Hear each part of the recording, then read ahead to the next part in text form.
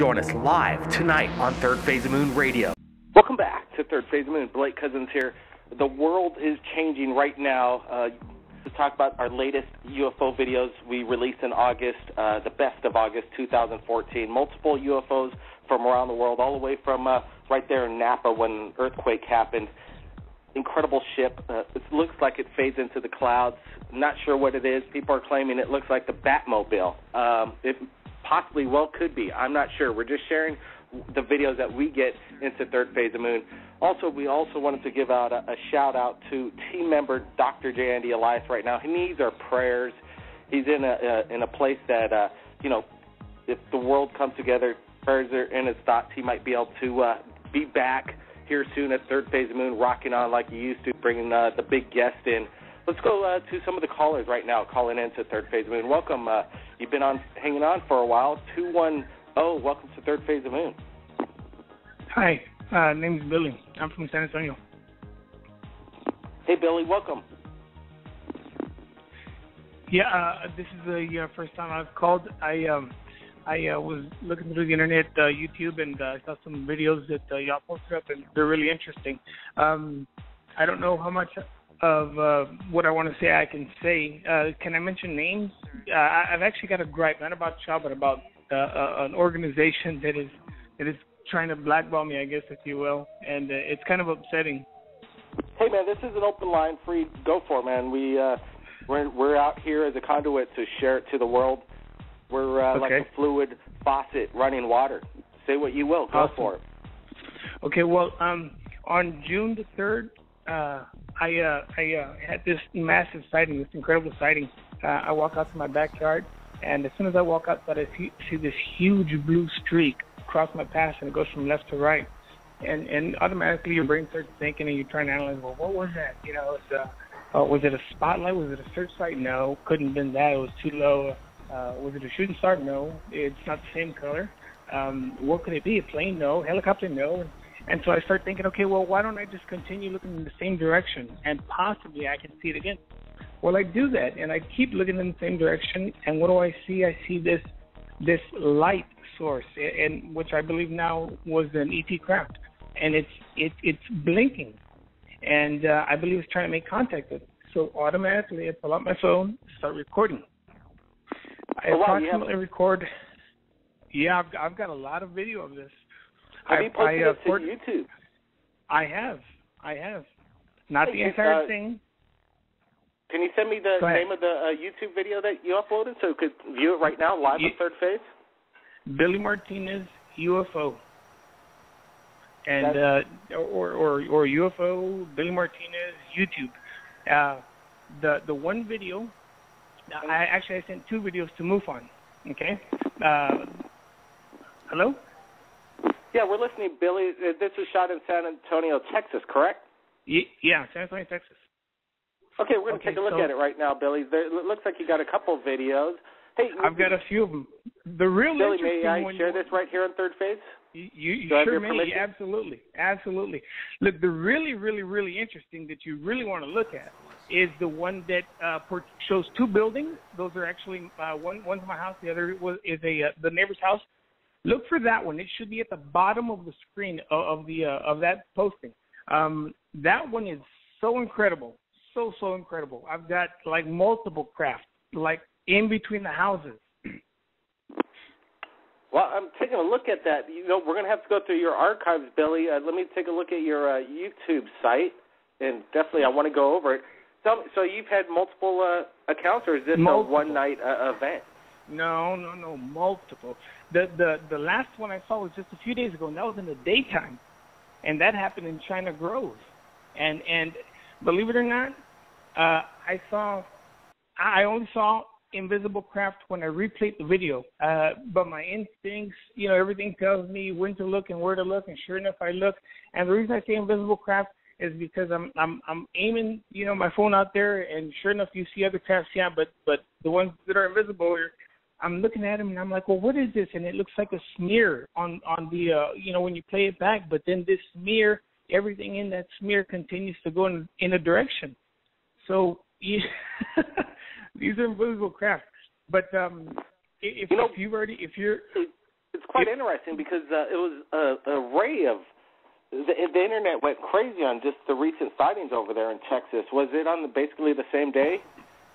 Are you talking about the latest one I saw, or the first time I posted, the first time I recorded one and sent it into MUFON? Well, I know that there was an amazing event over there in Texas. Thousands of people have seen a UFO. It was a disc shape. It was blue, and it was pretty much all over the internet. We're trying to get permission from the person that shot it, but it's interesting that Texas is the hot spot right now for UFOs. I'm sure when we post this up on YouTube, we want to ask everybody there in Texas. You know, I'm sure everybody has cameras now. It's the 21st century, so people keep your eyes on the skies. Submit your video to Third Phase of Moon. Billy, I want to thank you for joining us right here at Third Phase and sharing your videos. Yeah, absolutely. But the one reason the main reason I'm calling is, because like I said, I have a gripe. As soon as I submitted my first video, and I've seen an ET craft just like it on Dr. Stephen Greer's Sirius disclosure, and I was like, wow, I've got one just like that. And so I sent it. I wrote out my thing, sent it into MUFON, and they didn't give me a case number. But a couple of days later, I believe it was the director of investigations out of New Jersey. I think his name was Ken Pfeiffer, I think. I could be wrong on the name, but he sent that over to the filer report. Okay, and the next thing I know, it's on filer's report, and that's mine, and that's my writing it. And so I call MUFON, and I'm like, hey, I don't mind the guy, submitting that. I think that's great, but I don't even have a case number for that. What's going on? And they're like, well, okay, I tell you what, we'll get somebody to call you, and we'll try and give you a case number. So even before I have a case number, this Ken person out of New Jersey already knows that it's a real sighting, and he submits it somewhere else to share it. So then the people from Texas call me. I had 3 different people call me, or not call me, but email me. The first one was a Goodrich, I think, or a Goodwin, and then the second one was a Henson, or maybe it was a Hudgens, and then the third one was a Henson. But apparently the DOI, the Director of Investigation, Steve Hudgens, comes back at me like, you didn't see anything. Actually, what you saw was a bug. And I'm like, you're crazy, man. You're absolutely crazy. I didn't tell him that I had recorded 10 minutes and 33 seconds of this, and this the one that I wanted to share with MUFON, for no particular reason, had already gotten validated by the... That's right. MUFON continuously is kind of filtered out the UFOs and pick and choose, and they rarely, if ever, get back to the person that shot it and pretty much drop the ball on everything except, take the report and then go nowhere else, and they don't have a voice. That's why I think Third Phase of Moon is the number one place to share your UFO videos, because when you share it to us, you're sharing it to the world. Hey, let's take some other callers calling in from around the world. Let's go to area code 818. Welcome to Third Phase. Hi, it's Anonymous calling in. I want to give out some good wishes to Dr. J. Elias, because he's been speaking with me for over a year now regarding the attacks that I've been suffering and that other people have been suffering from the scalar waves. And I want to inform everybody that they should look at the Pittsburgh, or rather the recent Pennsylvania UFO sighting on YouTube. This, from what I've gathered from another contact of mine and my own experiences, that is a scout craft, and the ETs are planning a public open contact at some point this year, most likely, or early next year. And this will be groups that will be claiming to be from Procyon system, Andromeda system, and other systems. Some of them will profess to be from those systems, but ultimately it's unverifiable. But they will be here in what's called a war of enforcement. So people can look that up on YouTube. A war of enforcement is most likely going to occur this year or early next year, in which these supposedly benevolent ETs will finally show up and offer some help to the people. You know, that's exactly, I think you hit it right on the head. In our latest movie that we're going to be releasing soon, Hangar 52, We're Not Alone, we put the trailer out just a day or so ago, and it's been hitting the rounds on the internet. It's been, they really can't wait to see the movie. The audience reactions to this trailer is very exciting. We're excited to get it out there. It's wrapped up, and our message is right in Hangar 52. It's just not a regular, slasher horror movie, all aliens are bad, and when you watch the movie, you'll understand it. There is a message to the world. Anonymous, I wanted to also ask you, we were able to speak to Dr. J today, and we let him know that all the prayers that have been going out via the Facebook when we announced this unfortunate event that's going on right now, and everybody needs to pray for Dr. J. The world is knowing. He knows that the world is really sending out the prayers to him. Your thoughts on that, Anonymous? Yeah, absolutely, and I am every day. I'm sending out positive energy to Dr. J because he's really been on the ball and he's really done a lot to help a lot of people. So I hope everybody can either pray for him or send out good wishes. But before I get to before I sound like I'm complimenting these supposedly benevolent ETs who might show up, these guys, when they show up, they haven't done anything to help us for, thousands of years. So they're finally going to show up because the gray reptilian ETs and the gray human hybrids have finally crossed the line, and they're doing so much damage right now with the abductions and the scalar wave attacks that these supposedly benevolent groups claiming to be from Procyon and Andromeda and whatnot will finally show up and proclaim to have our best interest at heart, when all along they have not been giving us the information regarding what's happening. So I want people to take everything with a huge grain of salt and also understand that these gray human hybrids have been working with the grays and the reptilians, and they have been attacking, torturing, and killing people for thousands of years with these technologies. So don't take gifts from, beware Greeks bearing gifts, because that will be a smokescreen to fool everybody into trusting them or joining the dark side, so to speak. So basically, Anonymous, that you do bring up the dark side of humanity, and we hit upon that element in Hangar 52, We're Not Alone. Basically, the fact is that we took all the knowledge from people like you, Anonymous, even what you're saying with the aliens and the grays and the reptilians, all the knowledge over the years that have been coming into third phase of the moon. We're taking bits of what all this truth out there, in my opinion, and put it into a movie as best as we possibly could under a budget that, we're not big Hollywood. We're just third phase of the moon here, a small little production trying to share it to the world. And we wanted to use the knowledge that we've learned from third phase and give it to the world. Let's go to some other callers that are calling in to third phase right now from around the world. Area code 831. You're live, third phase. How's it going? This is Andrew. Yeah. Hey, doing good. Welcome. Hey, thanks a lot. Enjoy your show. Thanks a lot. I think people really are getting enlightened by your content. And well, absolutely. I think our latest video, I think, was our 1,000 videos. So we've hit it's a pretty big statement to say. I think we do have the world's largest archive of UFO videos, and not just that. It's people that have shot these videos and people that like Anonymous calling in about their extraterrestrial experience. Thanks. Yeah, for sure. And I thought I saw a UFO last night. I just started mentioning it. It seemed like it was skipping. It looked like a little mini comet, and it looks like what I've seen on... Can you get a little closer to the phone? You said you saw a UFO last night. Go ahead. Yeah. I saw a UFO last night, or actually it was the night before. Last night was cloudy here. But it looked like can you hear me okay? Or... You're coming in a little better. Thanks. Okay, good. It just looked like a small comet, and it skipped, and it appeared to, change direction fast, as though it was a rock that would be an uneven surface, and if you tried to skip it on the water, it would hit and go a totally different direction, And it was just a white light, and I tracked it as far as I could, but it was doing erratic maneuvers and things, and I just thought it was, I took note, and it was cool. So. Well, congratulations.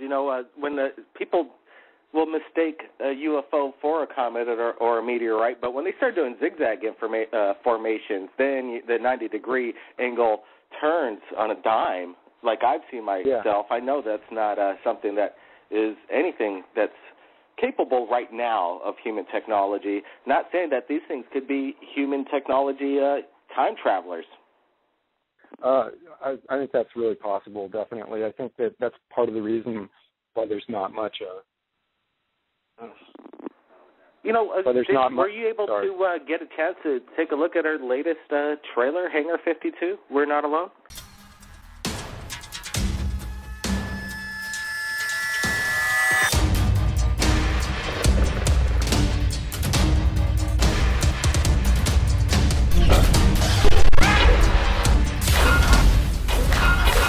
This kid claims he's been abducted. They just recovered him in this old barn.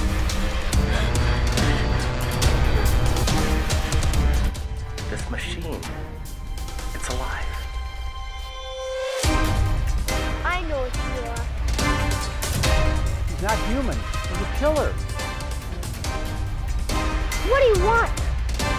I'm the journalist that was called in for the story. Like the little green men from Mars?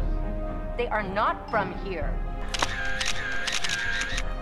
Seriously, today, after what I saw, this stuff is real. Wow, UFOs? This is getting interesting. The boy, Corey, I think he's the center of this. He has a connection with them.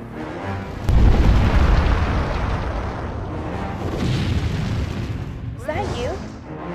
There's something happening. And it's bigger than all of us.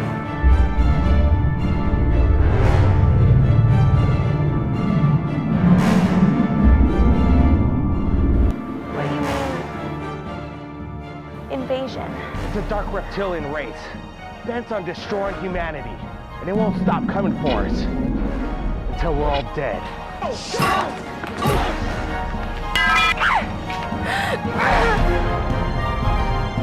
These are the diagrams and schematics of the machine. The specs are she's dead. This time to die. Invasion has begun. They're just terraforming to make the planet more habitable for the Draconians. If we don't stop the greed and stop the violence, stop these wars, that's what the Draconians feed on. If we don't fix this, it's gonna be the end of our world. I think there's something special down here, and I think they want you to see it. Is the world ready for disclosure? We're gonna find out.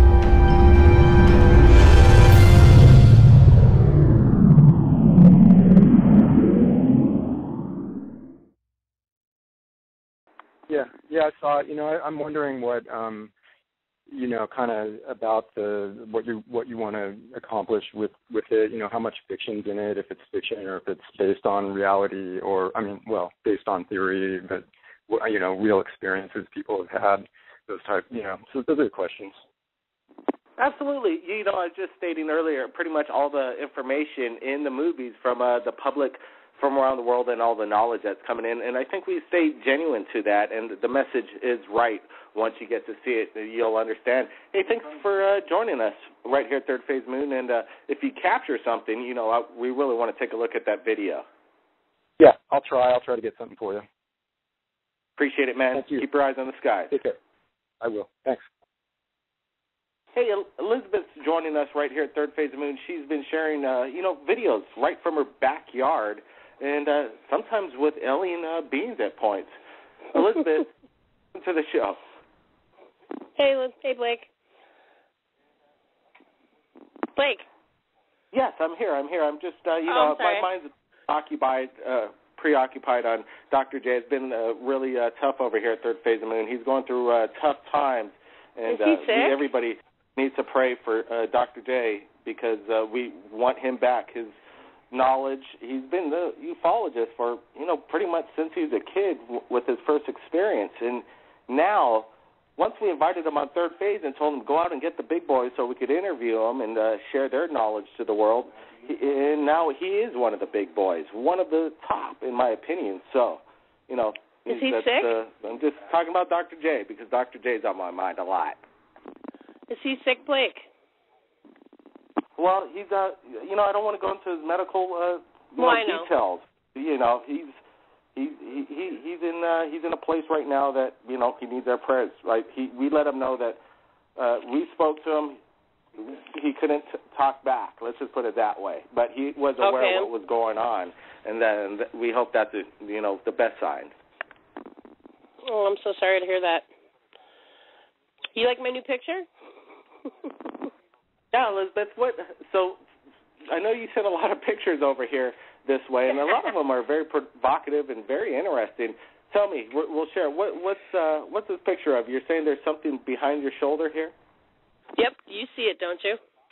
It's an interesting word. It's like you see faces in the clouds, and sometimes, the human eye wants to see something. Just like the video we just posted, and no offense, Elizabeth, there's a lot of interesting artifacts out there that the human eye wants to pick up.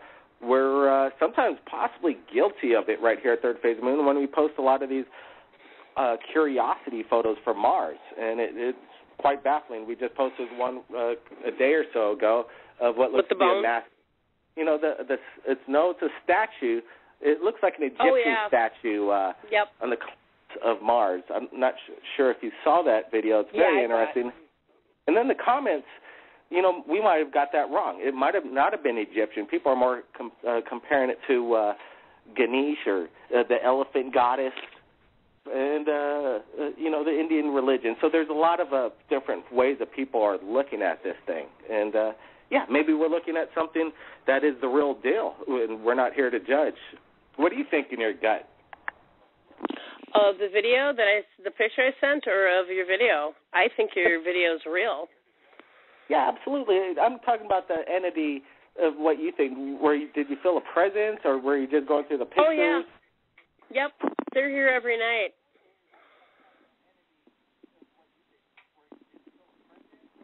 What did the family member, who shot it? Was it a selfie? I took the picture.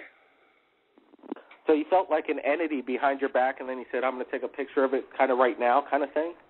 I have a portal to the Arcturians, and I've asked them to show themselves, and I have some more pictures, but, I can send them in if you'd like. I just thought I'd send you a few. We always look at your photos over here at Third Phase. You know that. And you're laughing. Wow, the people are listening, and your story is getting out there. And I think one of these days I wouldn't be surprised if some network is just going to follow Third Phase of Moon like they always do, like the Hollywood TV cable system. Once we release something on Third Phase of Moon, they're on top of it like flies. I'm sure they're going to be calling you pretty soon. Let's see, your video. I hope not. I know. These guys. I really don't. I don't want any process. I don't want to be known. I just want to get the word out that these beings are real and they are here. And this is just me. I just want to share my pictures. That's all. Well, you just your latest video that you shared. Well, that photograph, the cryptoid alien caught on in that photograph. You got the word out to 87,000 people at the moment, and that's just in views alone. So, good job, Elizabeth. Thanks, Blake. You have a good one. Well, I just want to take the calls right now here tonight. I'm hoping maybe we're going to stay online, maybe let the phone line switchboard build up. We're going to take a break, and then we'll be back maybe in about 5 to 10 minutes. Everybody stand by. Blake Cousins, Third Phase of Moon. We're right here at Third Phase of Moon, standing by, taking your calls from around the world to get the word out on the UFO phenomenon. Break the silence. Let's get it down. Smoking gun. And the suppression of, we know that the governments from around the world know what's going on. They have the free technology. They just want to utilize all the oils and stuff before and profit on it. And then maybe, just maybe, then they'll give us this free energy. But that's going to take too long. I want it now. But anyway, let's get to callers from around the world. Area code 619. Welcome to Third Phase of Moon. Hey, Blake, it's Kelly from San Diego. How you doing tonight? I'm doing okay under the circumstances. Kelly, welcome. Yeah, first off, I just want to give we also gave out our wishes and prayers out to Dr. J. I know he's hospitalized right now, and me and my wife here, we just wish the best for him, and want to thank him for all he's done so far with ufology. That he has helped you as in Third Phase of Moon, you and your brother, and hope the best for him. Absolutely, Kelly. It's I think that power of prayer, whether it's God or it's just the energy that surrounds us, that when you focus it on one spot, it's scientifically proven that when they take a mass of people to pray for a certain patient in one room with the same kind of, diagnosis, and then people don't pray for the other person in room B, basically, the person that's getting prayed for in room A, it's scientifically proven over and over and over again. It works.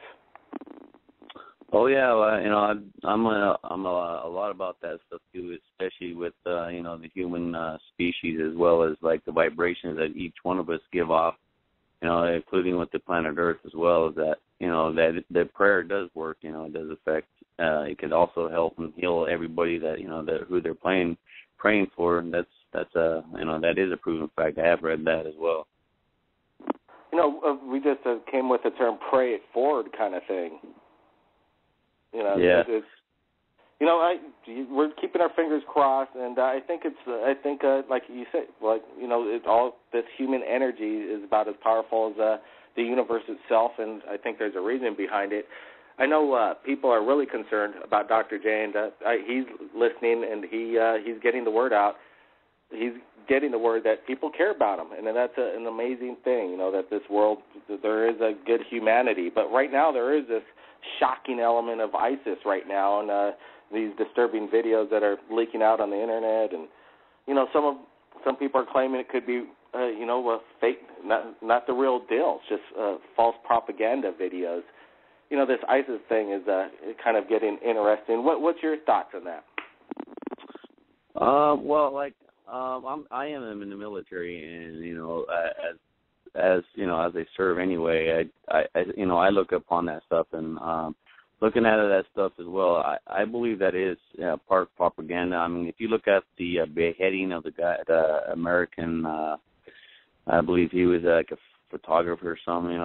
I believe that was fake. That whole propaganda black flag thing. I mean, if you looked at it, just like the guy they talked about that got beheaded before. I mean, even physicists or doctors looked at those type of videos and say that if you were to cut somebody's throat like that, the type of blood that would be squirting out because the heartbeat would be pumping. Of course, the person would know that he was going to be dying, so his adrenaline would be pumping. That stuff would be like a total mess. And if you look at that stuff too, because obviously in that video it doesn't really show a lot of it. They kind of cut it out. I mean, if it was real, those guys would want to videotape and just show the world.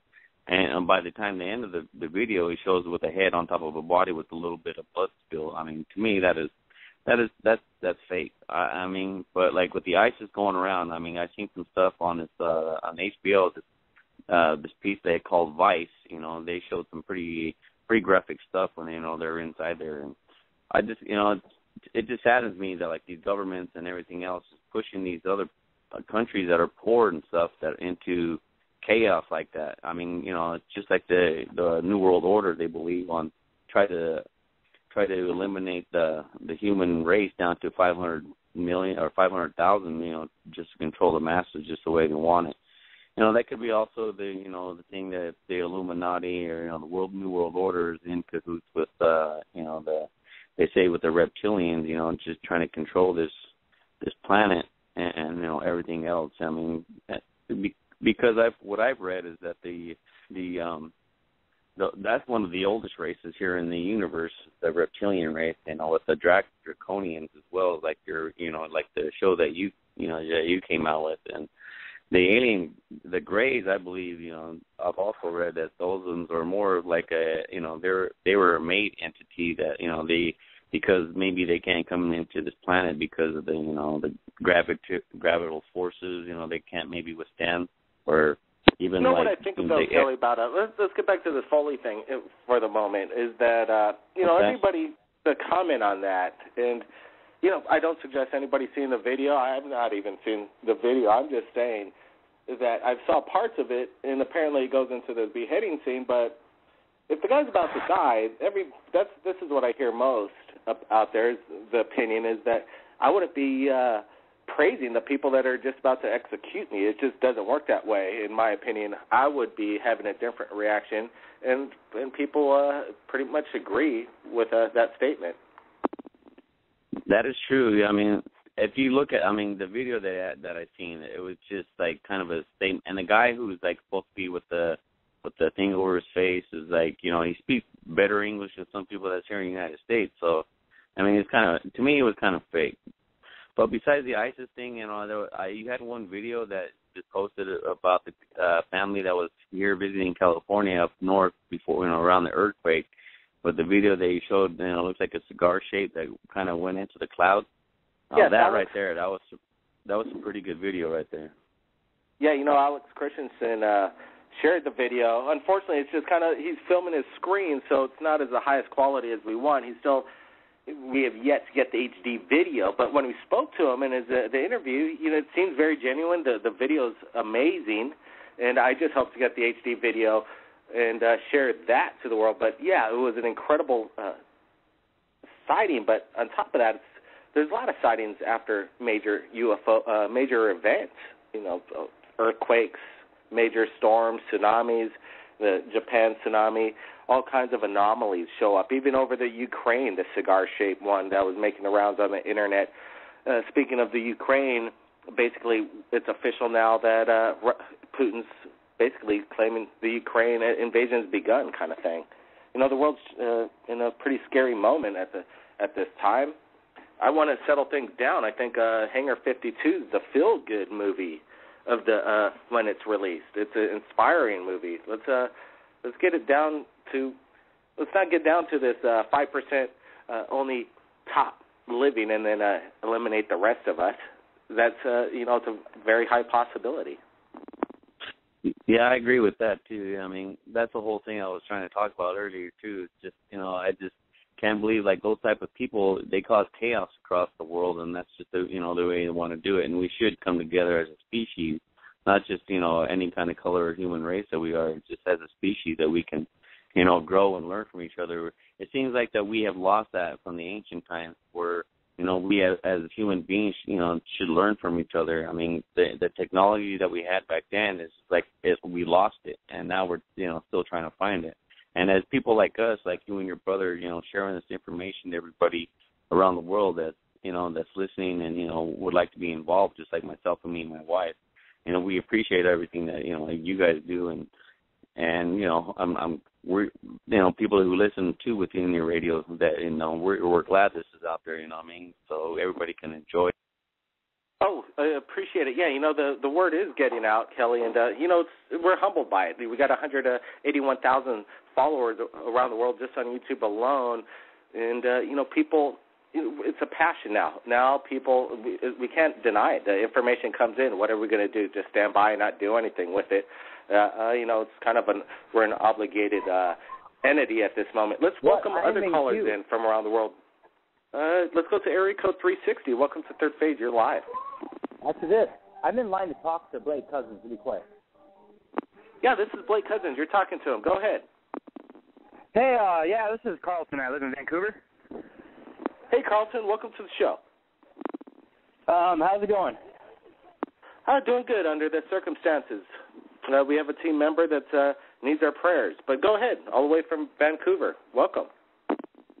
Yeah, I was calling in. I actually have quite a lot of sightings out here in Vancouver, Washington. I've seen multiple UFO phenomenon up in the sky over the past few years. The Vancouver area is a pretty big hotspot for UFOs. Have you been videotaping these things? No, I got a videotape. People just look at me really funny when I stand outside. It's pretty bulky. You know, a lot of the Vancouver sightings, there's just they are off at a distance. They're saying that they're there every night. They're hard to capture on film because they're so far up, but basically these things aren't stars. Is this kind of the description that you're seeing over there?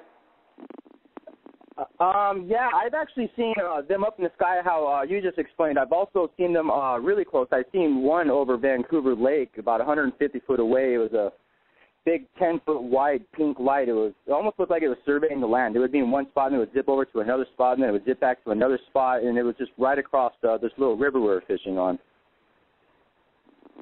You know, it's quite interesting, yeah, and they're usually very rare. Do you see these things in the daytime, correct? It's always like a regular nighttime event going out over there. Oh, yeah, out of all the times that I've seen them up in the sky, I've only seen one deer in the daytime, and it was flirting right on the edge of a single cloud on a blue sky. It was right on the edge of it, and then it just flipped out, like it just turned right off.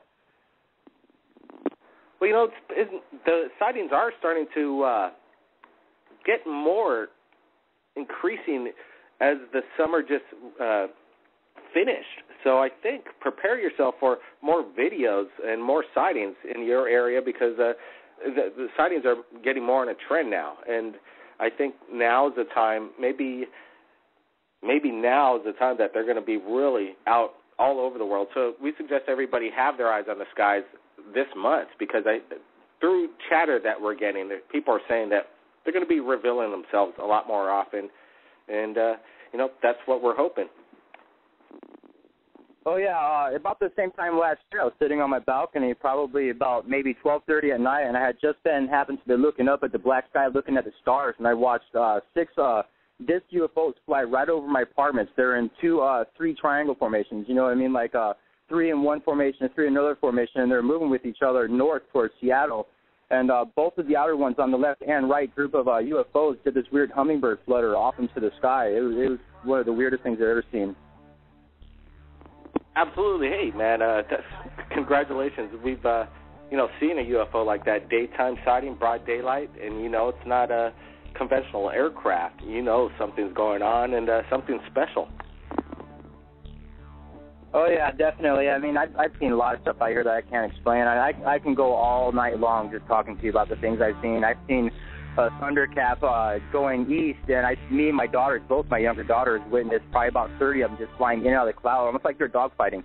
Like they would come at each other, and then they would bounce away, almost like magnets bouncing away from each other. It was pretty crazy.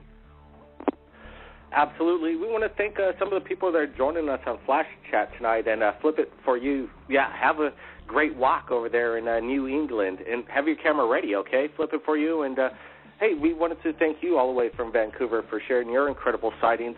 Any last words for the viewers from around the world? Nope. I'm just glad everybody that's in agreement that UFOs are real, and we all know what we've seen, and you know what you've seen, and I just hope everybody else comes to realization we're not alone. Hey, thanks, man. Thanks for joining the show. Area code 210, you're on live. Any last words? Yes, actually, I just wanted to find out if you were able to see the 12-second video, the one that the ET craft just comes up, I guess, like about 7 feet in front of me, and if you pause it, you can get a real good view of it, and then it just leaves. This is in my backyard also. I've got lots and lots of sightings. I've got lots of video, but I mean if you play that back in slow motion, when you have the time, play it back in slow motion. It actually appears that something at the bottom of the craft opens up slightly, and something leaves it. And I'm also gonna post other videos where this ultraviolet light just comes down and just consumes me, and it's mind-boggling. I'm gonna post it. I hope you review it, and it's just fascinating. I possibly even may have been abducted. I don't know, but. I really want to find out more about what's going on with all this stuff, especially with me, too. So, absolutely, Billy A. Thanks for calling in. And as always, we always look at everybody's videos that submitted to us right here at Third Phase of the Moon. Hey, we got a quick caller calling in from area code 508. We're on the last leg of the show, but I wanted to give everybody their last words. and maybe a possible statement. Area code 508. Welcome to the Third Phase. Tell us where you're calling from. What's your name? How you doing, Blake? It's Chris. I'm calling from Boston, a.k.a. Flip It For You. Hey, Flip It For You. How you doing, man? Right on. I'm New England. I could recognize that accent. No. Under Saqqara, there are kilometers and kilometers of tunnels, and right and left to the tunnels are large niches. I have to apologize for my English, my German, my mother language is German. So there are niches right and left from the tunnels. And in these niches, gigantic sarcophaguses. And really, they are tunnels of kilometers. Open to the public are about 500 meters. So the rest is still a secret. You know, Mr. Von Daniken, I'd like to go to the beginning. I realized you grew up as a Catholic, and there was a point in your life when you realized that the God that you were taught to believe in, why was he participating in things such as destroying a wall? Can you tell us the turning point in your life where you... Of course. Yes. I was, for 6 years in Switzerland in a Catholic boarding school led by Jesuits. And of course, as a boy, I was a deep, deep believer in God. By the way, I'm still a believer in God. I'm still one of these figures who pray. But God, in my youth, had to have some minimum qualities. For example, God is out of time. God does not have to make an experience, and then he has to wait what the result will be. Being out of time means he knows the result before. Or God would never need a vehicle in which to move around from point A to point B, because God is almighty, etc. So these were qualities of God. And then in my school we had to make translations of parts of the Bible from Greek to Latin and from Latin to German. And I realized that in the Bible at least, God uses a chariot, for example, described in the prophet Ezekiel. And Ezekiel even describes detail, like the wings, like the noise, like the feet, like the wheels, etc. Or Moses describes different time when God descends on the holy mountain. It was with smoke, fire, trembling, loud noise, and all these things. So I simply had doubts in my own education. I had doubts in my own religion, and I wanted to find out if other communities in antiquity have similar story. So that was the starting point for me. That's now over 60 years ago, because in the meantime, I'm nearly 80. Well, Eric, you've been on national media speaking about this for decades now. What has the major media thought of your story? Are they shutting this down? Is it tongue-in-cheek? Or is the word getting out? Third Phase Moon, the people are listening. People want to listen to what you think. Is the major media picking up? Is there going to be disclosure? Well, you see, in the beginning, and at least for the last 25 years, I was more or less always crashed down. And they were always some debunkers, mostly from the religious side, who said, this is all rubbish, that's all nonsense. We were never visited by extraterrestrials because the distances from star to star are too big. Nobody can reach these distances, and there is no speed of light, and all these natural obstacles. So I was mostly disproven. But in the last 10 years, I am very, very happy the situation has changed. As you know, in the United States, you have this History Channel, and History Channel, since 3 years, they have a series called Ancient Aliens, and it's very, very successful. Or in Switzerland, for example, our biggest newspaper, it has the name Blick, and since 3 years, I am writing every week a column in this biggest Swiss newspaper, something which would have been incredible, impossible some 25 years ago. Or I have so many invitations, be it for banks or even organizations like the Freemasons, or I myself not the Freemason, but I have invitation there, or be it on universities. So the situation has changed. I am very, very happy to be alive. My brain functions, and I still run around the world. all your work is finally being used for ancient aliens. And this is a two-pronged question. How do you feel that after 35, almost 40 years, your work is finally being taken seriously here? And also the second part is, when your work first started, your Chariots of the Gods was published, what countries were taking your work seriously? Excuse me, what countries what? What countries started taking your work seriously from the beginning, and how do you feel that the U.S. is finally taking your work seriously now with Ancient Aliens? You see, it all started in March 1968. That's long time ago, when a serious German publisher decided to come out with the book. Before the publication in German language, 25 German and Swiss publishers rejected the manuscript. They said, no, this is an impossible hypothesis. This is just all speculation. So they rejected. And finally, a big German company said, we should do it. We should bring these ideas of Mr. von Däniken into public. And then it started. And very, after 5 weeks, it was bestseller #1 on every German best-selling list, including Switzerland and Austria. And the next step was the United States. They came up with Chariots of the Gods. And then was a movie made with title Chariots of the Gods. And it went on and on. By the way, at that time, on the beginning, I was the manager of a first-class hotel in Switzerland, because from my family side, we came from the hotel business. In the beginning, after my high school, I was studying cook, waiter, receptionist, all these things which you need as a hotel manager. Now, after the success of Chariots of the Gods internationally, I give up my career as a hotel manager, and I simply worked strong in what I did. And the result in the meantime are 36 titles worldwide. I'm happy and grateful. Well, Eric, your work has been extraordinary over the decades again. We at Third Phase of Moon have been working on a movie ourselves right now about the alien abduction phenomenon.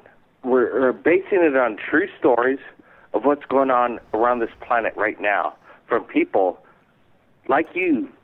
You've had contact with. They're telling you the stories. The scripture, the evidence is there. It's been there for years, and we're doing that right here at Third Phase of Moon. The world is listening. We have actually a correspondent of Third Phase of Moon from London, and he has a question for you. Go ahead, Johnny Webb. Welcome to Third Phase. Johnny, you there? You're on mute. Yeah, hi, Hello. Mr. Von Däniken. Good afternoon to you. Yes, I'm listening. I have difficulties to hear you. Yeah, I'm sorry about that. It's the connection here, but I hope you can hear me now. Now it's okay. One of my questions is obviously with the overthrow of Mubarak, and I wondered, was there any pillaging of antiquities in Egypt? And you said that Mr. Zawi is no longer the head of antiquities. What's happening there now? I don't know. I was in Egypt last time 4 months ago, and I have asked what is going on with the Department of Antiquity, and I received no satisfying answer. So I really don't know what's going on. There was a gentleman that's been doing a lot of work on the elongated heads of Paracas, and he's been doing a few missions to Egypt, and him and a few other gentlemen, they've been going down into some caves, and these caves, like you said, they go for miles, but instead of tunnels, these are caves. Do you have any information on that at all? No, unfortunately not. But all I know is the tunnels beneath Saqqara. I know that there is a lake under the Great Pyramid, and I know by electronic means we have measured 1 kilometer of shafts and little rooms inside the Great Pyramid. You see, some 14 years ago, a small robot of a German engineer entered into a small shaft in the Great Pyramid. It went 62 meters, climbed up inside the pyramid, and came to a standstill before a little door. Then National Geographic Society from the United States constructed a new robot. This new robot made a hole into this door, and they found behind the door nothing, but after 23 centimeters, another door. So door number 2. And in the past 2 years, a rich man from Singapore financed again another robot. And this robot made a hole into this door. And behind it, they could we could see with the small cameras behind it is clearly a room with polished walls, and on one of the walls you see red writings. But these writings are not hieroglyphic, so they cannot be from the time of Cheops, because in Cheops' time they were writing hieroglyphics. So we still stand before a mystery. Now these shafts who go up there, they are so small that nobody can go in there, no human. You always need robot. You see, one side is only 14 centimeters length, so you need high-tech to go in there. And to me, all this makes sense. The ones who planned the pyramid, they were so fantastic planning that they knew exactly only a high technology society can reach these rooms. A society without high-tech can never reach these rooms. So the time is right. Eric Donegan, Blake Cousins here again, Third Phase of the Moon. What you're saying, Eric, is that it's impossible for these structures to have been built back in the day, 8,000, 10,000 years ago. How old are these pyramids, Eric? Nobody knows. You see, we have all the usual stories which you don't have to repeat here, with wooden rollers and strikes and all these things. And theoretically, it is possible that a bunch of humans made these things. But what is absolutely not possible is the planning, the inside, the engineering. Because before you start to make a big construction with many rooms and halls and something, you need the engineers to plan it. And this is absolutely not possible for Cheops' time. You see, Cheops was living about 2400 BC. His father was Snorfu, and Snorfu came right out of the Stone Age. There was no technological evolution for all this. So we still have the mystery, and we are right to ask the questions. You know, Mr. Von Daniken, several years after you wrote your book, Zecharia Sitchin wrote his book, and I wanted to ask you what you think of his theories. Were they based on yours, or do they conflict? What do you think of his translations? Well, I knew him very well, and we were together for many, many hours in Switzerland, in Germany, but also in the United States, and I admired him all the time.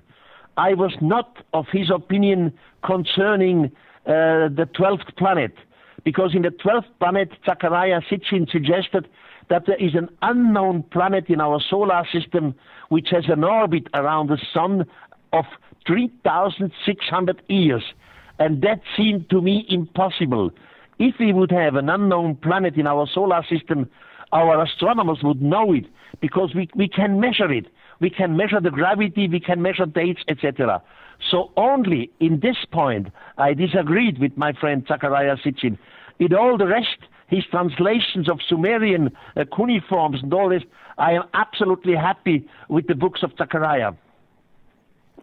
Do you think that NASA's kind of covering up what's going on in Egypt? It's all mission control, as Zecharia has said in his book, The 12th Planet, that it's like a 3-stage rocket. The evidence is clear. Is there any more new evidence that's coming out through these discoveries? No, not to my knowledge. But you see, all this cover-up is in reality, I don't call it cover-up. Of course, some scientists and some groups know more than what they give to the public. But it's not directly to call cover-up. They simply are afraid. They don't know, they don't have enough information, and they want to be scientific. To be scientific means always to be reasonable. So if somebody is not reasonable, if somebody is unreasonable, he's ridiculed. So they are afraid to be ridiculed. That's all. They have it's a lack of civil courage. While I am one of these persons which are unreasonable I ask some unreasonable questions, and I hope the time will give us right sooner or later. I think, Eric, you're right on the button. If you don't ask the big questions, and if you don't create a controversy in its own way of whether we believe the Bible, Christianity, Mohammed. You see, this is something. Let's take first. We have the Jewish religion, where it said there is only one God, Yahweh. Then we have the Christian religion, which they say the God has a son, Jesus, and Jesus died for our sins here. Then comes Muhammad, and he says he had visions by an archangel, Michael, and the archangel told him that the Christian religion is completely wrong, and Muhammad has now the newest religion. 1,000 years or 1,500 years later, and this just as an example, we have in the United States a new religion called the Mormons. Now again, an angel was seen to Mr. Joseph Smith, who told them the old religions are wrong. So in this case, we have in 4 cases that said that some angel or some strange being told that the old religion is wrong. So what should you believe? You cannot believe nothing. All what you can believe is outside there, in the beginning of the universe, there is a force which we respectfully call God. But the human religions, this is just human wishes, human dreams, human writings. Practically not much of it is true. Do you think that the ETs created us just as the Sumerian tablets were said? Yes and no. It's too complicated.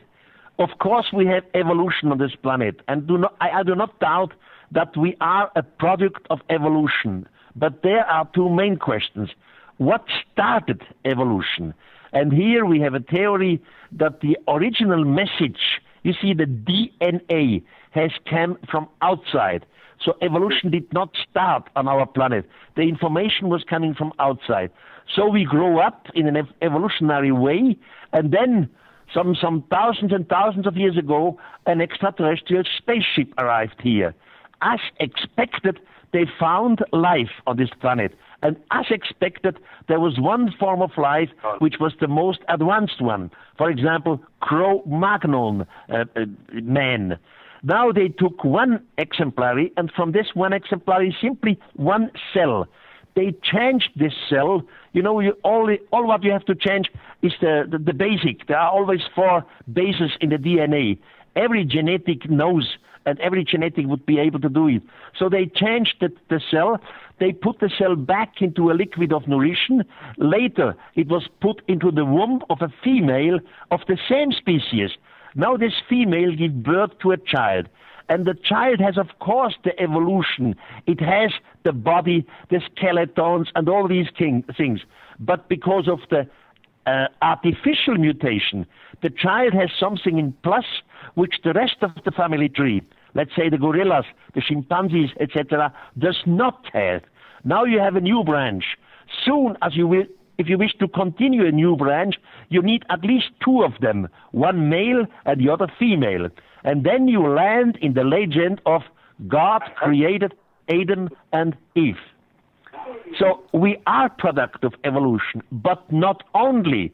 In the course of evolution, there were artificial mutations. Eric, let me get this straight right here at Third Phase of the Moon, because people want to know the exact point of Homo sapiens, people, humans like we exist right now. I think right now, in my opinion, that we're still continuing in this life and evolution, as you say. But when was the intervention? When was the genetic engineering taking a rib from man to make woman? I don't know. And that's a question which the genetics should solve. I really don't know. Because of my researches in ancient religions and the ancient mythologies, I know that the gods created humans according to their own image. And we have cases. For example, in the Bible, just read Moses 1:6 or 1:8, you see there are so-called fallen angels. The fallen angels came down to heaven and they had sex with humans. And the same thing in the book of Enoch. Enoch describes that 200 of the guardians of the sky have come down to earth. He gives even the names of 36 of these 200. And these 200 had sex with humans. Now, to come back, if some extraterrestrial species has sex with humans, that would mean that the sexual apparatuses of the others must be the same to us. Other way, you cannot have sex. Sex without a product. So they were similar to us, and that's exactly what the old religion says. God or the gods created man according their own image. All true, we are product of evolution. It's all not coincidence. The starting point of evolution was coming from outside, and during the course of evolution, some artificial mutation were made. Now you ask for a date. I don't have a date. I know that we were visited at least 3 times in the past. The first time, maybe about 16,000 years from now on, and then again 2 or 3 times. The last visit, probably about 3,000 years from now on. But I don't know when the mutation took place. That's a question for the genetics. How many different species do you think have visited us over the years? I don't know that either. Really, I don't know what kind of species have been here. But more or less, they looked all humanoid. It doesn't matter if they had maybe 7 fingers or 4 arms, but they had a head, they had a body, they had arms, they had legs, they had the ability to speak, etc. But how many different species, nobody knows. I wanted to go back to, obviously, like you said, they were humanoid. They had to use the same genetic or genitals that we did to have sex. But you mentioned fallen angels. Does that imply bad angels? Do you think that there was bad factions versus good factions that visited us? Something like angels did never exist. The word angel is simply a translation out of the religious context. You see, when you have designs of beings from outer space, for example, in cave paintings, thousands of years old, you see some beings coming down with wings, and around their head there was something like a halo. Now, in the writings, we call these beings angel. Angels are messengers coming down.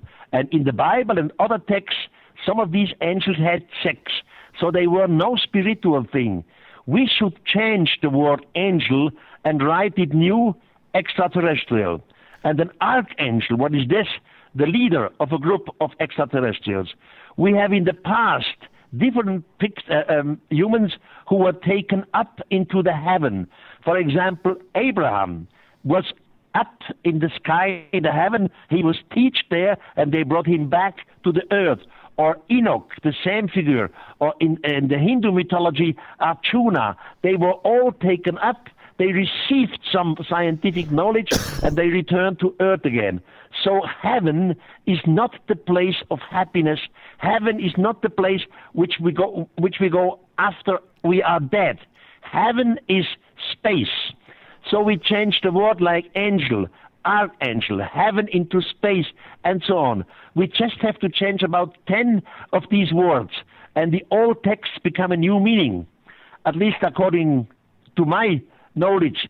So angels, real angel, I mean messengers from a real omnipotent, almighty God, never existed. I definitely agree with you there. Every instance or mention of angel in the Bible is more than likely an extraterrestrial. When they mention coming down from the heavens above, I always believe it was just coming from the sky. Bronze shields, that, you know, obviously, like you said, the chariots.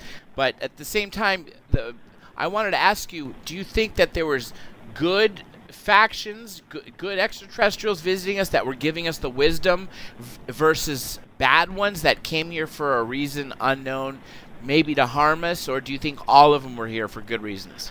No, there were bad ones too. among the book of Enoch. Now, Enoch, you have to understand, is a religious book because it was translated in a religious way. But you can look at the book of Enoch in another way, not in the religious way. So according to Enoch, there was something like a mutiny. Some 200 of these extraterrestrials, they mutinied against their boss, against the commander-in-chief. They came down to earth. They had sex with our women, which was forbidden. And as a result, the highest, which means not God, the highest is the commander of the spaceship, he ordered to destroy the earth by a great flood. So we have different characters there, some good ones and some bad ones. By the way, the survivor of the great flood, at least in the Bible, is Noah. But Noah was the product of an artificial mutation. This you can clearly prove because some 50 years ago at the Dead Sea, there were found Dead Sea Scrolls. And one of the Dead Sea Scrolls is called the Lamech Scroll.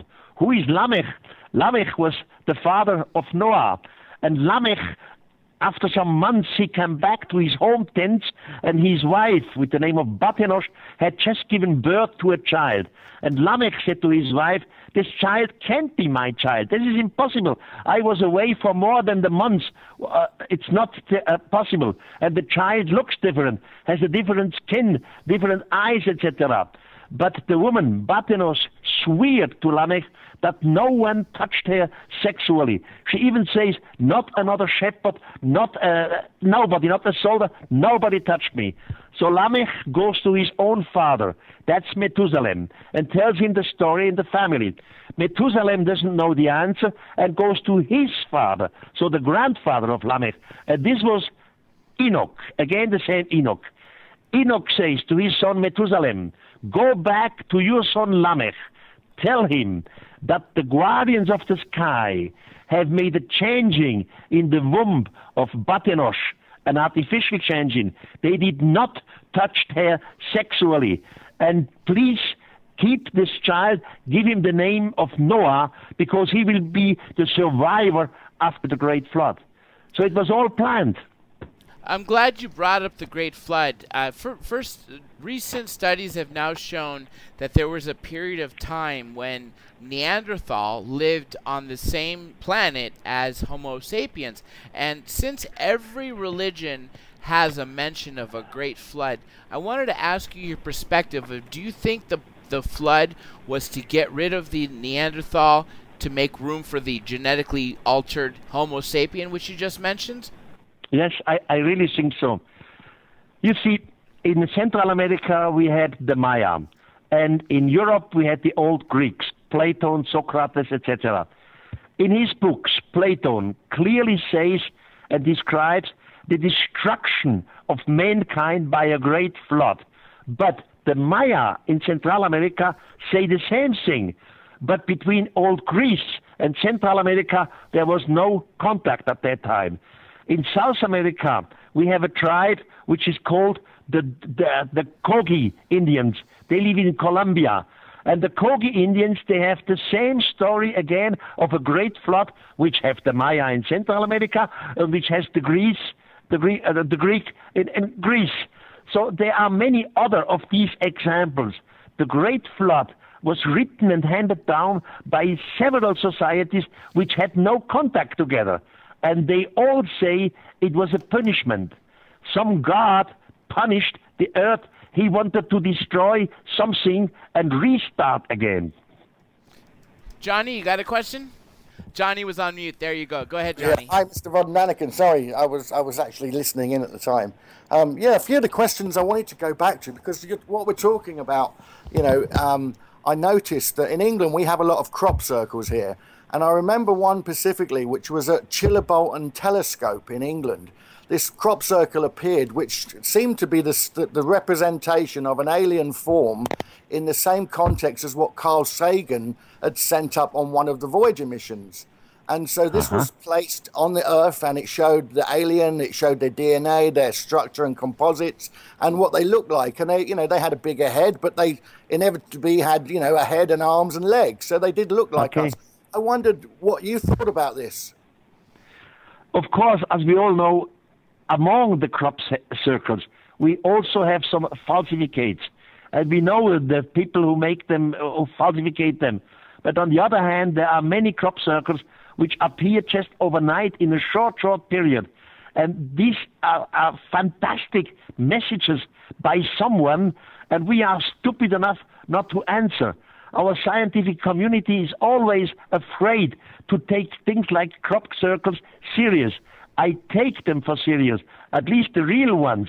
Somebody is trying to tell us something, and we are too stupid to understand it. By the way, in Peru, there is an old museum in Ica. Ica is a city about 400 kilometers south of Lima. And on this museum, you find engraved stones. Some of them are really old. Others are, again, falsificates. But you can clearly differentiate the engraved old stones and the modern one. And there you find the similar symbols as we have it on the crop circle. On the other hand, I'm a specialist of Nazca in Peru. And in Nazca, we have two designs which again appear in the crop circle. So it is fascinating throughout thousands of years that we receive the same messages. I definitely agree with you. It shocks me that people dismiss them as natural phenomenon or all of them hoaxes when clearly some are not. Because now they've discovered a way to see if it's real or hoaxed. If the stem of the wheat is not broken, which a lot of the real ones is not broken, it's just growing sideways, that's the proof right there. So nonetheless, as you know, over the last 70-plus years, the activity of UFO sightings, the amount of crop circles have increased, other activities such as, alien abduction, if you believe that. And I wanted to ask you, what do you think the world is coming to? Do you think we're getting ready for open contact? Yeah. You see, at the moment, and I mean since at least 40 years or so, we are under observation. Somebody is watching us. But again, the scientific community does not take this for real. And as long as the scientific community thinks that we are all cranks and crazy, so it does not enter into the serious press, into the serious media. But we are under observation, and I think we have enough clear indication, not only the UFO cases, some of them are very, very serious and clearly scientifically proven, not only by this, but also by the old traditions. You see, when Francisco Pizarro, he was the conqueror of Peru, for the first time went to Peru, the natives believed that he was a returned god. They all fell on the ground and admired him. Later they understood that he was not God. The same thing in Central America. Francisco Pizarro, he was the conqueror of the Maya and the Aztecs. At the beginning, the Maya believed that some gods are returning. The same thing in the South Sea with James Cook. In Egypt, it doesn't matter what. You can go throughout the world whenever the first contact took place between the whites and the so-called natives, they believed that we are some gods. So the expectation of the return is not a Christian invention. It happened long before Christianity. And today, in our big religions, we have the same situation. Again, I was educated as a Catholic. The Christian community is waiting for the returning of Jesus.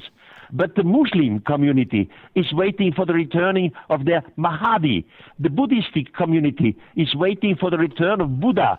The great old religion of the Judaism, they are waiting since 5,700 years of the returning of Messiah.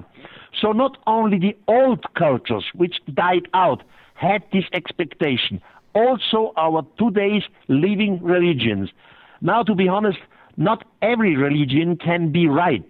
Some of them must be wrong. And I say they are all wrong. Neither Jesus or Mahdi or Buddha or Messiah is returning. Simply the extraterrestrials will return it. They promised it some thousands of years ago to our forefathers. And now, in our time, we are observed again. They are studying our technologies, maybe some of our languages, some of our humans, some of our weapons, some of our virus and bacteria, etc. But we are under observation. And I think it's reasonable to take this for serious and to be prepared for such an event. If we are not prepared, we are simply shocked. That's the shock of the gods. And there is another way. We don't have to be shocked. Simply inform humans what is going on. I agree. I think open contact is around the corner, and like you said, there's no way all these religions can be right. Obviously, they have to be wrong. Most of them have to be wrong. If one of them's right, or like you said, all of them are wrong, and maybe the Messiah that they're all talking about is the return of the Space Brothers. Now, there's a wall in Peru. John, I'm so sorry. I don't mean to interrupt you.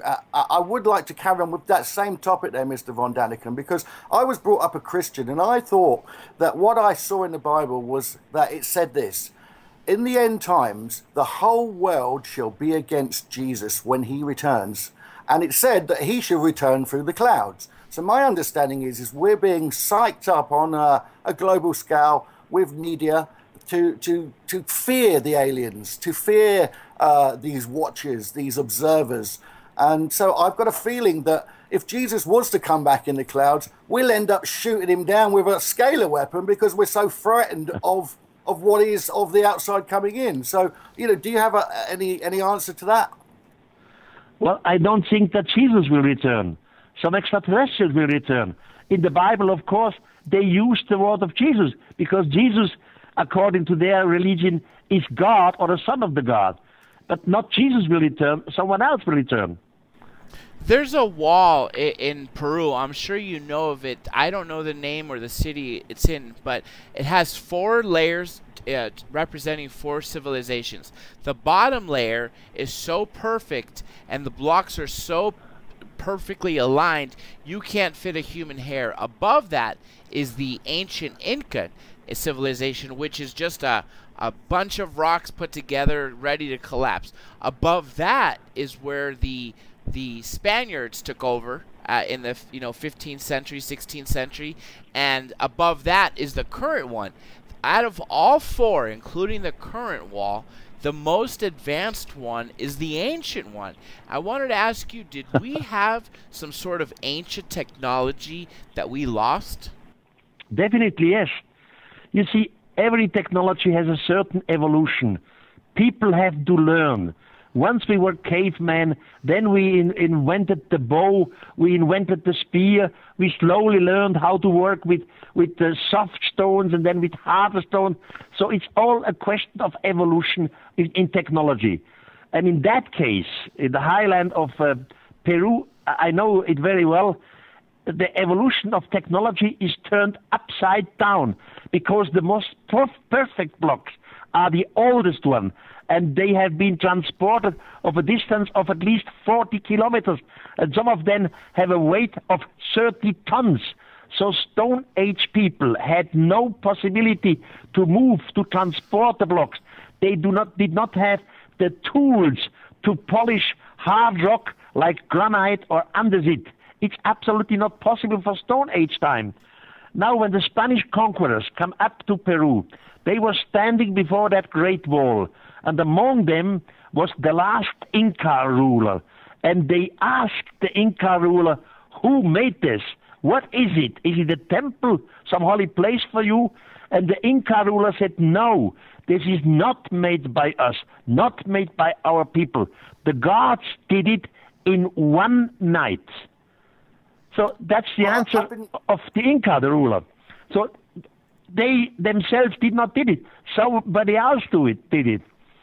You see, when our mountain climbers, they go to Himalaya, for example, they have their rucksack, their backpack, and they have some instruments, maybe cameras or lights or flashlights or whatever. They don't want to take all this heavy weight up to the mountain. So they always make a certain basic camp, and they pose it for some instruments. Later they take it back again. The same thing happened for an extraterrestrial crew. They studied some groups. They don't want to move all their technology the whole time. So they simply, with their tools, they made something, a wall, some room, in which they could deposit their high technology, that it is not destroyed, be it by animals or humans. And with their technology, They were able to do it in one night. Now when the gods, the so-called gods, disappeared, the natives came and say, hey, this was a holy place. Look at these walls. The god made it. Maybe they will return here. So now the natives start to construct temples. So you have a broke in evolution of technology, and you clearly can make the difference what is Inca, what is pre-Inca, and what is not from our planet because of the tools.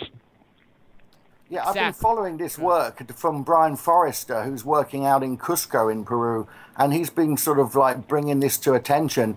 He shows elongated skulls of what he calls the Paracas people. I wondered, like, do you think that these are possibly alien hybrids because they're so different than our skulls? Or is it, the old saying that they've got a bigger brain, so they needed a bigger head, What do you think, Mr. Von Daniken? You see, I just make a little detour. In 827, our time, for the first time, the Great Pyramid was open. It was an Egyptian ruler, his name was Al-Mamun, who entered there. And in his biography, they said he found 3 sarcophaguses, and inside were the mummies of 3 human-like personalities. But all the 3 had big, long heads. So this is handed down. Now we know that these elongated skulls, these deformated skulls, were found worldwide, not only in South America or Cusco or Peru, also in Egypt and elsewhere. And we know that some of these elongated skulls were really made by humans because they wanted to look like their gods. So they pressed the head of the babies together in 2 wood plates, etc. But the problem is the brain did not become bigger. If you have a bigger head, the brain still has the same volume as before. The brain does not become bigger. So in the rest of the head, you simply have water. It's a water head, which means it becomes an idiot. So we have to differentiate. We had elongated head, which were real extraterrestrials, the one which were found in Al-Mamun in the Great Pyramid. And we have other elongated head, which were made by the humans. But soon as the children grow up, they have become idiots. Johnny, you had something else. Go ahead.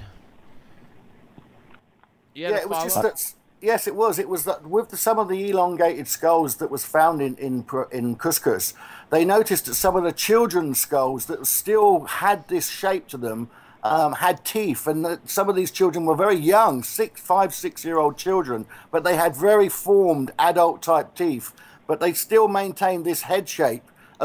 From a very young age. So it's not as if we're following, say, like an African tribe where they put rings around their neck, and over the years, the neck stretch. These heads were sort of formed from a very young age. That's true. But yes, by the way, gentlemen, there, I have to leave in about 5 minutes. Okay, we'll wrap this up shortly. Akhenaten, King Tut's father, clearly had a elongated head. Now, do you believe he was an extraterrestrial that started spreading his DNA through his children? Yes, in this case, yes, because he was a king. Excellent. Johnny? I'm still thinking about something at the moment, but anyway, please carry on. Mr. Von Daniken, what are some of the best places you visited and seen some of the most technology from the past? Until today, we have no hard facts which was left on the earth by extraterrestrials. We have wonderful sculptors, we have wonderful temples, pyramids and all this, but this was made by the humans, not by the extraterrestrials.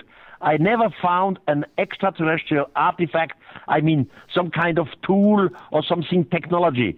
I would be happy to have it, would be proud to present it to the scientific community.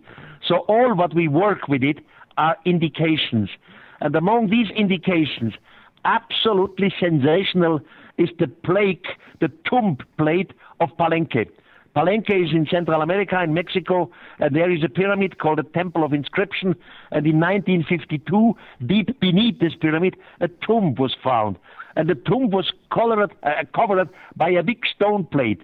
I mean big, 3.8 meters long, 2.20 meters large. So a big one block.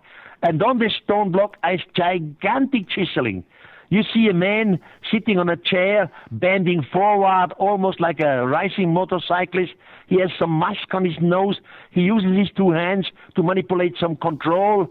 And at the end of his vehicle, you see something like a linking flame coming out. Now, in 1952, when this was discovered, archaeologists said it is Pakal.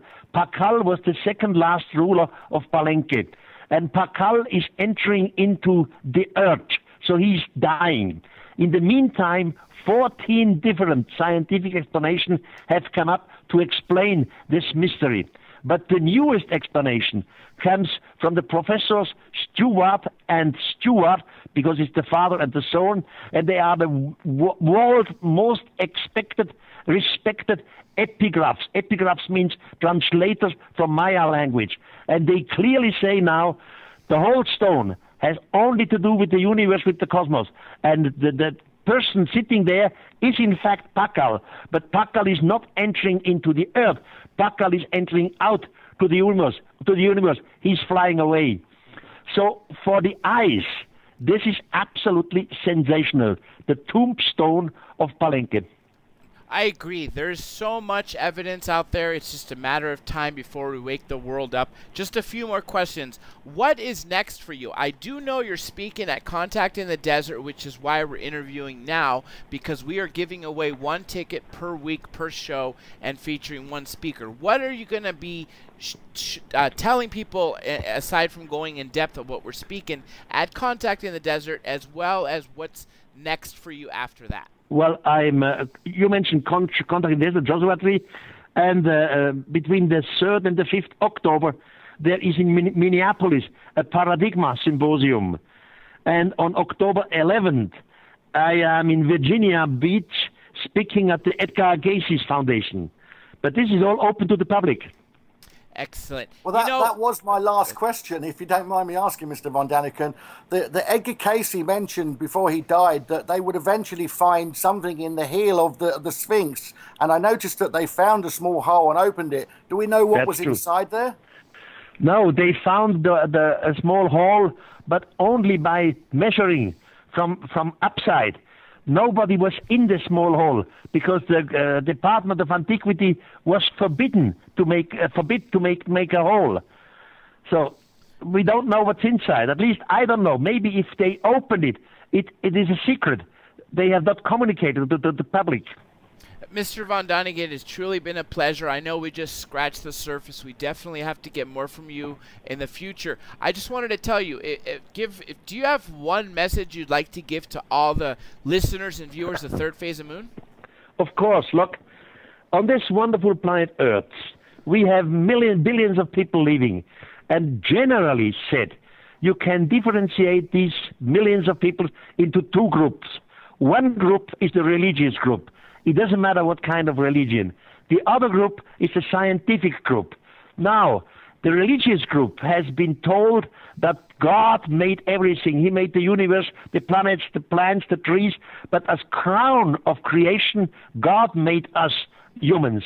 And the scientific group, they know everything about evolution, mutation, selection. But on the top of evolution, we, the human race, stands. So have you ever remarked that in both cases, if you look at scientifically, top of evolution, or if you look at religious, crown of creation, in both cases, we look at us humans as the greatest. We think something like us does nowhere exist anymore in the universe. So we think we are unique out there. This is in reality a psychological problem.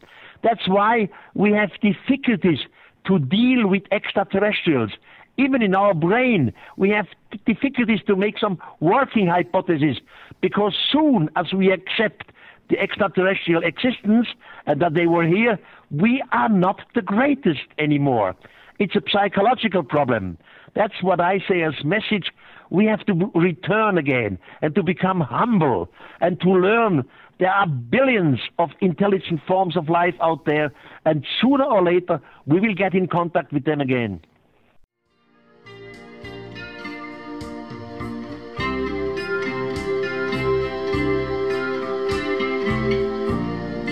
We have an unidentified flying object.